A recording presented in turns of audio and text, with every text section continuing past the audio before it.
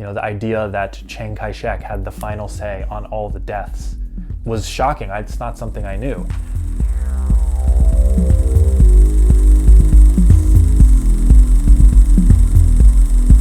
Hey everybody, my name is Nick.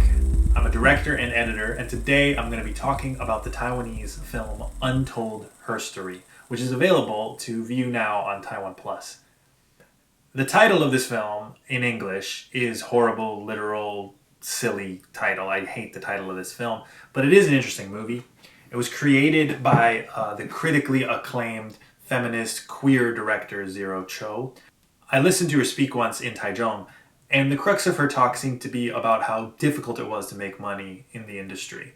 She talked about owing a lot of money in loans to produce her films, how she had to work on the side as kind of like a journeywoman, hired gun director, making TV shows while she pursued her more artistic projects, writing scripts, these kind of passion things that she was using the money for to pay back her old films and make new ones. And I think that this film falls somewhere in between those two worlds. Somewhere in between wanting to be a very artistic passion project piece and being a pay the bills, whatever project for education or the government or kind of television in general. And I think that's kind of the main problem I had with the movie, was that I don't think it knew what its objective was. I don't think there's anything wrong with making a for the money movie. I think that's okay to do. And, of course, if you want to make your artistic passion project, that's great too. But I don't think that this film really figured out which one of those it was. It's kind of a big problem, is that it doesn't know what its objective is. And I think that a film should, first and foremost, figure out what kind of movie is it trying to be. And I think there's multiple ways that this movie could have gone, multiple kinds of films that it could have been, and we can break down how it succeeds and how it fails in these different types of movies. So first, as an artistic, dramatic, kind of emotionally evocative passion project piece, this film is a very heavy subject. The White Terror, Chiang Kai-shek's regime disappearing and killing people that it suspects of being communist or having communist ties, is an extremely important part of Taiwan history. It's a story that, you have to be passionate about wanting to tell.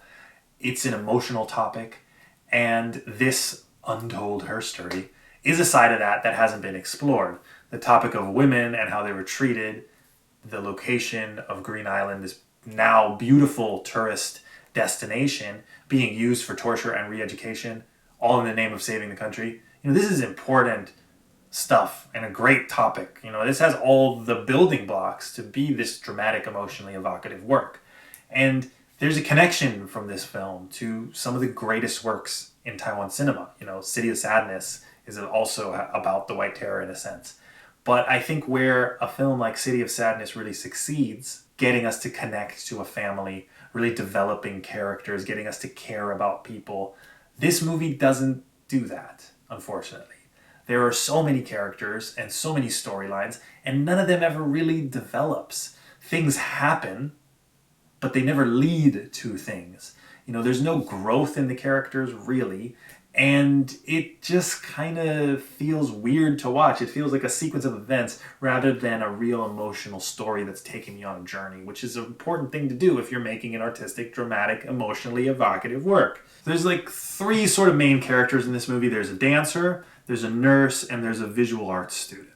And these characters don't have like this personal growth or change, which seems kind of shocking and impossible when the stakes of the movie are so high. But it really does feel like the characters are the same at the end that they are at the start of the movie. Because of this, it feels very hard to emotionally connect to this film. I don't feel any struggle happening internally with the characters. And I think there were a lot of missed opportunities to establish what these characters were striving for in this re-education camp.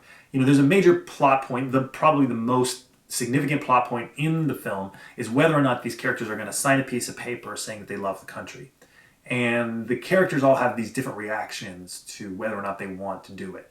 The dancer is kind of willing to do anything to save herself. The nurse is resisting in every sense. She's part of like a non-compliance movement, political movement. And so she doesn't want to do it. And then the visual arts student is kind of in the middle. She doesn't know if it's the right thing. She's scared to do it. She's not sure. She wants to save herself. She doesn't know.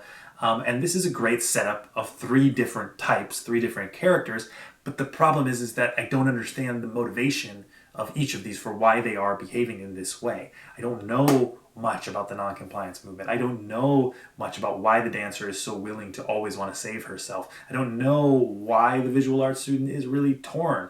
There's so much left in the background and not given to us to emotionally connect and understand the motivations of these people. I would have loved to have learned why they were arrested. Did they do something? Did they do nothing? Do they know even why they're arrested? Let's get into their emotional history, right? Let's get into what is making them behave the way that they're behaving. And so I think it just kind of is a missed opportunity there. Another place where this film kind of fails to live up to its dramatic kind of art film potential and become more TV-like is the look. And it's kind of astonishing because the location that they're in is so cinematic. And I just wish they could have done more with the cinematography, with the techniques, kind of been more forward thinking. The technical choices in this film didn't really work for me. Like, she uses a slow shutter at times, and that works for a Wong Kar-wai in Hong Kong with all the bleeding, colorful lights, blurriness in this kind of city atmosphere. But when we use that technique in the beauty of Green Island, it kind of is a little bit strange. Let's do something different. Let's contrast the fear and the violence with the beauty. I think one of the best things that happened in the film was the very beginning. One of the characters is being tortured, and it's from her perspective. She's being hung upside down, and we see her looking out on this beautiful beach, but it's inverted. Now that is a strong metaphor, the inversion of beauty, this kind of beautiful picturesque scene upside down. It really sets up a lot of things, and it uses the film technique to bolster the themes of the film.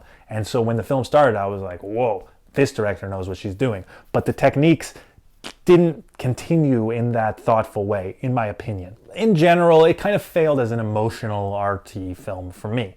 Now, as a history lesson, educational piece, akin to like a dramatic retelling documentary kind of thing, the movie does discuss a lot of details. They're fascinating and important to learn. The idea that Chiang Kai-shek had the final say on all the deaths was shocking. It's not something I knew. Protests that the non-compliance people engaged in before they were going to be killed to smile when their final photo was being taken was really moving and an important piece of history to learn about. Seeing the real photos at the end of these people that were executed smiling was very, very emotionally evocative because of the history. So this was great for giving these little interesting details about things that I didn't know about. The problem here again is not enough. Just like there wasn't enough emotional backstory, there wasn't enough historical backstory either. I didn't really learn enough about what was going on, and I didn't understand what the political motivations were for the non-compliance movement, what the political motivations were for the KMT government. Why is it trying to get these signatures? What is the significance of a signature? What is the significance against the people that sign it? Like, how does it hurt them? How does it help the government? What is going on? Like, what are the political objectives of the people involved in this? So if the primary purpose of this film is to teach history, then we need to know that stuff. Let's put it all in. Let's tell me about what's going on. If this movie just wants to be a dramatic, emotional film, then that's okay. We can leave some of that out and just be about the characters. But again, it's not 100% succeeding at that. So then, as a kind of a plan B, let's get the historical details in there. Teach me all about this Green Island place. I want to know all the stuff. What's happening here? What's going on? I think at the end of a historical film, you should want to read more about the history, but I don't think it's a good thing if at the end of this historical film, if you're like, I gotta learn about what's going on here because I don't really understand what I just watched. I think that's a little bit of a problem. So the third kind of movie that this could have been was, and is actually, is political propaganda. Now, this is something that I probably have the least expertise to comment on. The political motivation of the creation of this film seems to be quite interesting, though. The DPP party, which is currently in power and likely helped to, definitely, right, helped to fund this movie, is born out of opposition to the KMT. The DPP power is the opposition party to the KMT, which is the party that was in control at the time and was committing the atrocities in the film. I don't think that political propaganda is necessarily bad. I think it's necessary in some cases, and The danger of this as a political propaganda piece, I think, is that it's kind of leaving Taiwan a little bit open to too much criticism in a way, I guess. Now, this is silly to say, but China, for example, can take this film and say like, oh, look at how bad Taiwan is. They're just as bad as us. For the DPP, which is a party that's very against reunifying, maybe this isn't exactly what they want to put out. Now, don't come at me, everybody. I feel like I'm making everybody mad with this opinion, because reality is, what I really believe is that's silly on its face. I actually think that the existence of this film is a perfect example of good propaganda, because it's a film that could only be created in a free country. You know, it's so important that Taiwan, as a free country now, can look back on its shameful history and criticize what it did. It is proof that the country is changing and growing, and that's only possible if you allow a thorough exploration of your flaws as a nation. As a kind of propaganda piece, it's very interesting because it's a good example of like what is good about Taiwan. Like, look, we can make these kinds of films that show the bad things that we did before, and we can kind of show that we're moving past them and we're able to criticize and objectively look at ourselves as a democratic nation and see the things that we did wrong and see how we've grown. I mean, and that's an important thing to do. Overall, I think that Untold Herstory, like the name, is a little disappointing. A bit of a muddled movie. Didn't really have the emotional impact that I felt like it could have. Although, interesting film if you care about white terror and you want to see a different perspective on that. So let me know what you think in the comments below. Don't be too mean, hurts my feelings. I'm a nice person. Let's be nice, all right? See you guys next time. Bye-bye.